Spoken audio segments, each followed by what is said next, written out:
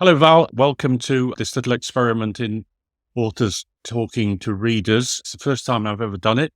It appears to be working at the moment, so thank you for taking part. And very briefly, the idea is you pose five, I hope, difficult questions, and I attempt to answer them in my own little way. So you have your questions ready, I believe.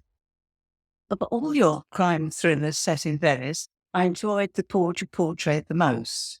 I was gripped by all those tantalising puzzles which may or may not have led to the location of a finished masterpiece. It's a book I'll be returning to, but before I do, I have some questions. The first one is, the Borgia Portraits provides not only a further understanding of Arnold Clover's inner life, but interesting psychological insights into both Valentino Sabri and Lizzie Hawker. What routes led you to penetrate the female psyche? It's funny, often people say to me, for a man, you're quite good at writing female characters, but I've never found that in the least odd. I grew up in a very working class pit village in Yorkshire, where the men were either miners or steel workers, and they'd come home on a Friday with their pay packet and hand it over to their wives and be given money to go to the working men's club. It was a very matriarchal society. And I worked in journalism for a long time, and in those days there weren't that many women in journalism, and you had to be pretty tough. I've never really met these fictional, submissive kind of sex object women that you used to meet in books so often. I don't think you do quite so much these days. I've always enjoyed writing female characters when they're strong. There's a great moment in this one where I thought Lizzie Harker really defines herself. It's when Arnold and Luca Volpetti have decided, yes, she's a damsel in distress and they're going to help her. But they don't really tell her what's going on. She's just sort of left in the dark. And she turns on Arnold at one point and says, I am not a damsel in distress and don't treat me as one. He realizes that actually he has been underestimating her and changes their relationship as it develops. I've always liked writing female characters, as I said, and I like them to be strong and I like them not to be submissive or passive, or at least if they are, to discover that's actually not a great way to be. Interesting.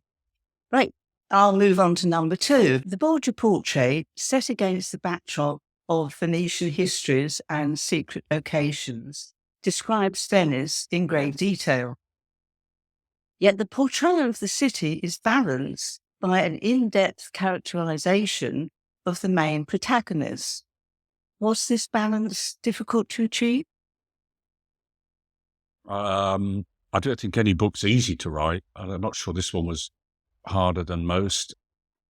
The first task was to set the riddles, and once I got the riddles, that kind of gave me the stage for the story. One of the great things about writing books in Venice is that you are trapped here. You can't have a car chase in Venice. You can't have anything happen terribly quickly. So you really do have to focus on the characters and try to make them work and to make them interact with the city, because this is a very intimate place. The fact that everybody walks everywhere, that there's only really public transport, it does make it very social. So I tried to make it a bit like a stage, just like theatre in the round, where their relationship is developing, but at the same time, it is influenced by this extraordinary city and this very odd riddle that they'd been left to try to solve. It was not a terribly hard book to write once I felt I got the characters and the events lined up. The real hard work was actually finding the real life places, because, the 8 riddles are not, they are my invention, but they are about some very, very obscure places in Venice. I think you're no novice to Venice yourself, but did you get all the riddles without reading the book? No, especially the astrologer's place. I couldn't find that, but I'll keep looking. Putting together a video of spoilers that will actually show people where these places are. I don't go into every one. I don't go into the one with the mummified dwarf in the glass jar, because I've seen that once, and once is Ah, enough. yes, and that's one that I want to go and see. And I also knew well that sort of Bottega where there's the red marble stone, and I'd That's actually right. The photographed. So that for me was quite an easy one. I'm mainly drawn to your books, first of all, because I am interested in learning more about Venice locations. But on the way, I got drawn into the characterizations, which I wasn't actually expecting. So Well, there we are. I think books are essentially about people. They are about relationships, and they're about the story of how people get on or don't get on. Yeah. And I tried to create a bunch of characters. The three principal ones are Arnold, his friend Luca, who's a bit of a wag, and then Valentina Fabri, who is this police captain who's very nice, but never ever forgets that she's a police captain. And I like them. They're fun to work with. Yeah. Yes, I found the characterization in the Borgia portrait but more in depth than I did in the Medici murders. I Yeah, felt a little yeah. bit that your writing style had sort of just shifted a little bit into the more personal, but that's just my point of view. Well, when you're writing books in a series, they do develop from the first one. The first one is always, I think, a little bit more tentative because you're introducing them. And in the second one, Arnold, in Medici Murders, Arnold has only just turned up in Venice, is recently Mm. widowed. He doesn't really know what he's doing. And in the Borgia portrait, he's got his feet under the table. He's more Mm. settled. Um, I think he actually wants to have a nice, quiet life here, just relaxing. But Valentina Fabri and events won't allow that to happen. Yeah. I get the feeling he's not going to have a quiet life. So looking No, forward to the no. next one. Well, in chapter 4, um, we get the story from Casanova's fictional secret Mm. memoir, and it contains a reference to Casanova blowing up a sheep-gut sheep, an image, and there was a cartoon, I think, drawn by Casanova himself, but I'm not sure, but it was censored from the earlier editions of L'Histoire de ma vie. I've read bits of that, and I'm sure you have, obviously. Mm. But to what extent is your writing of this chapter influenced by Casanova's memoir?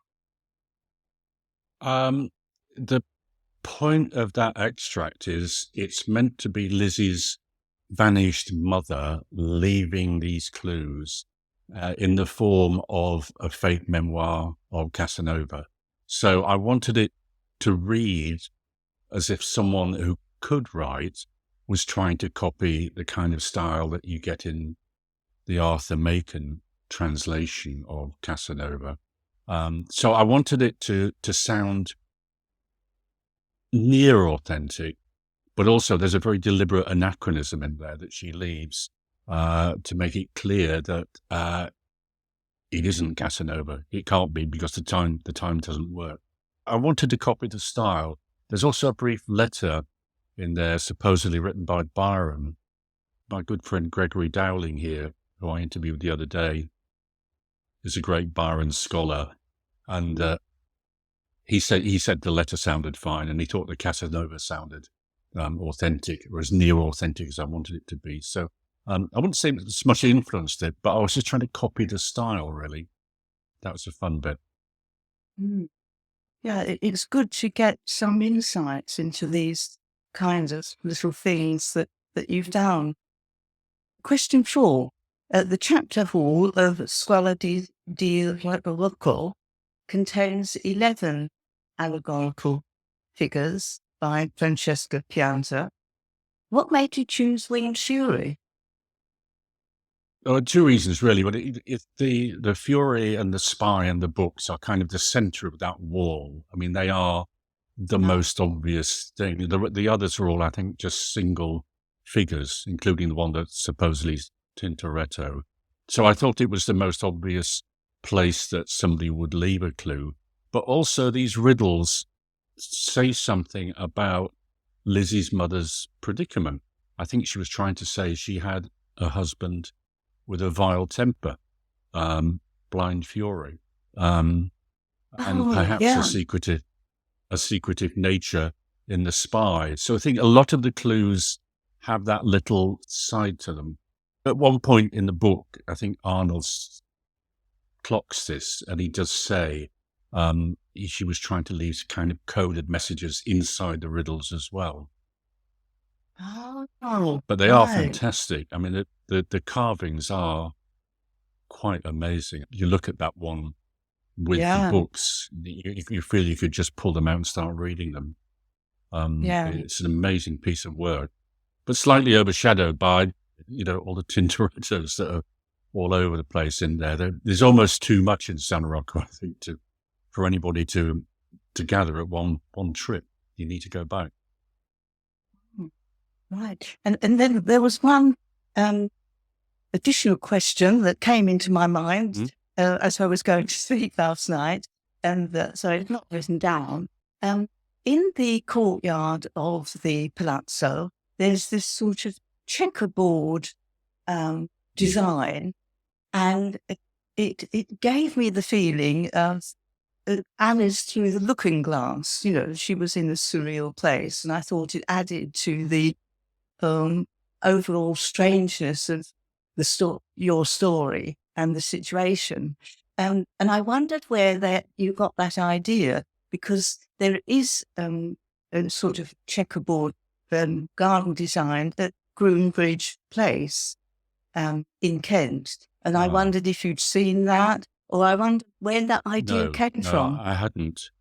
No, it's very, very simple. The family name is Scacchi, which means chess.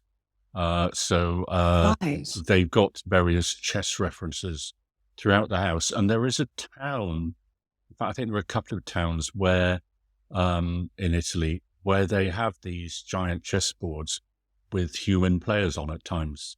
There's kind of a tournament and a festival. I can't remember the name of the place that's best known for it, but it's not a complete invention to have these kind of human chessboards. Oh, that's new to me. Oh, well, thanks for that. I mean, for the moment, I have no more questions, but I'm going to go back to the book, and I'm sure I'll have a few more questions for next time.